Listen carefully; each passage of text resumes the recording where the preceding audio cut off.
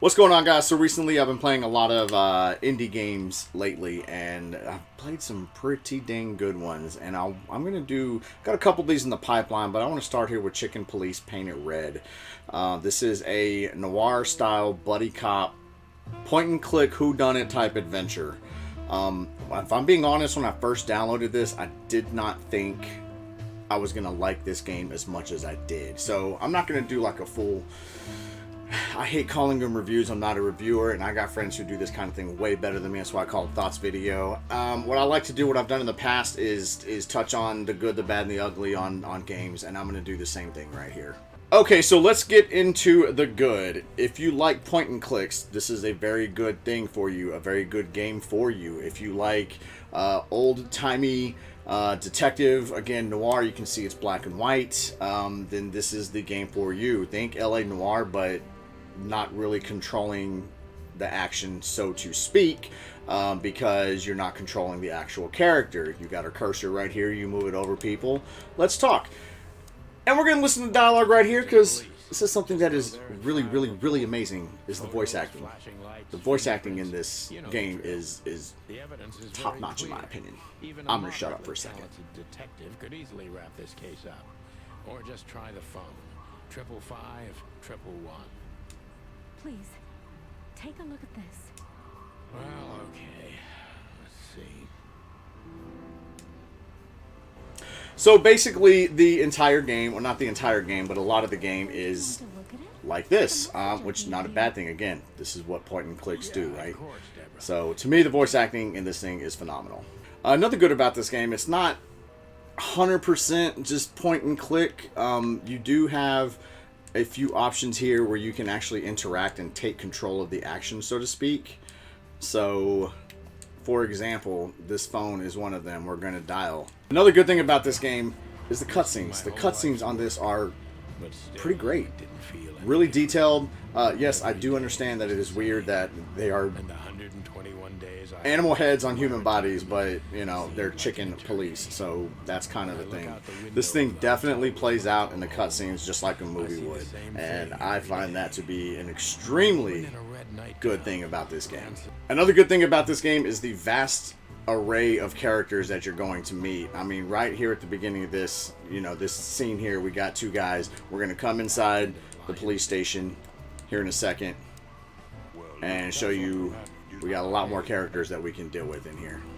And once we're inside the police station, we got 3, 4, 5 people we can talk to in here. Lots of things that we can interact with. Really, really, really vast world in Clawville. One of the other ways we can take over the action is this little shooting range towards the beginning of the game. There is also a couple of car chase scenes that you can actually control the character in the way of using the gun, at least. It's a pretty neat little mini game right here.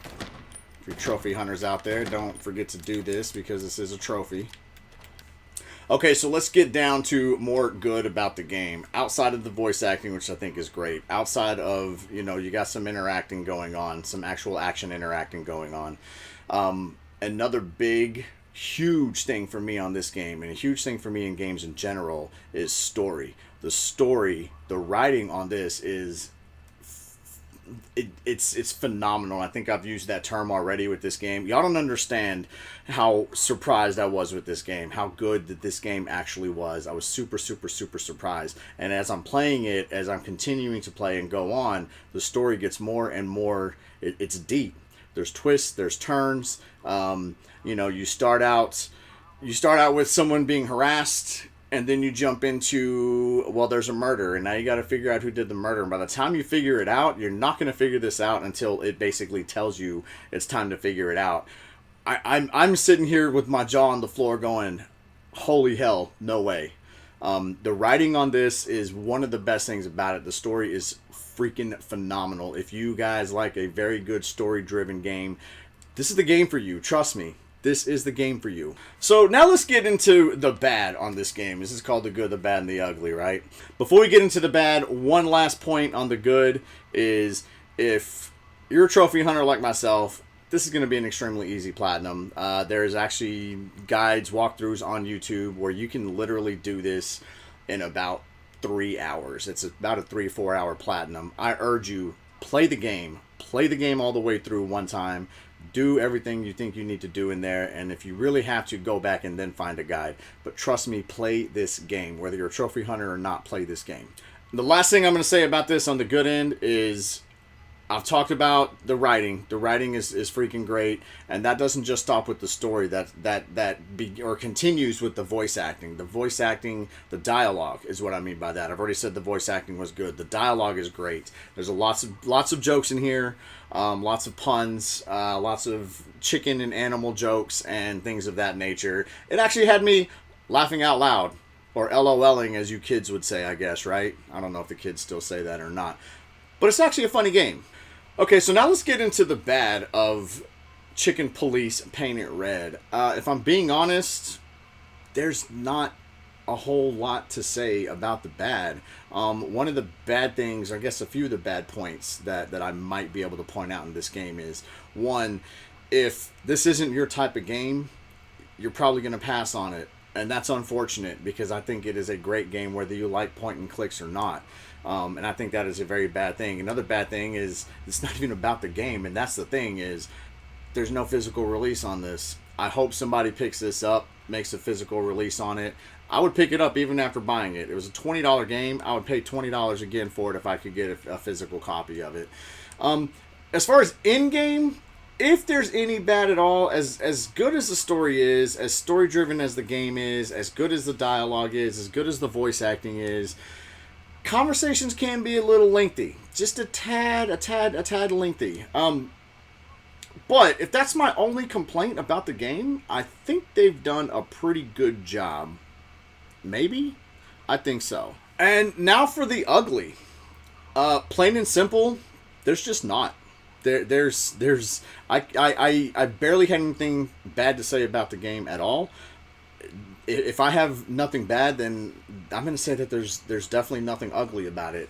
This game, with everything that this game has to offer, with the few flaws it might have, and it's not even in-game stuff, I'm going to wrap up this video right here, and I'm going to give this game a solid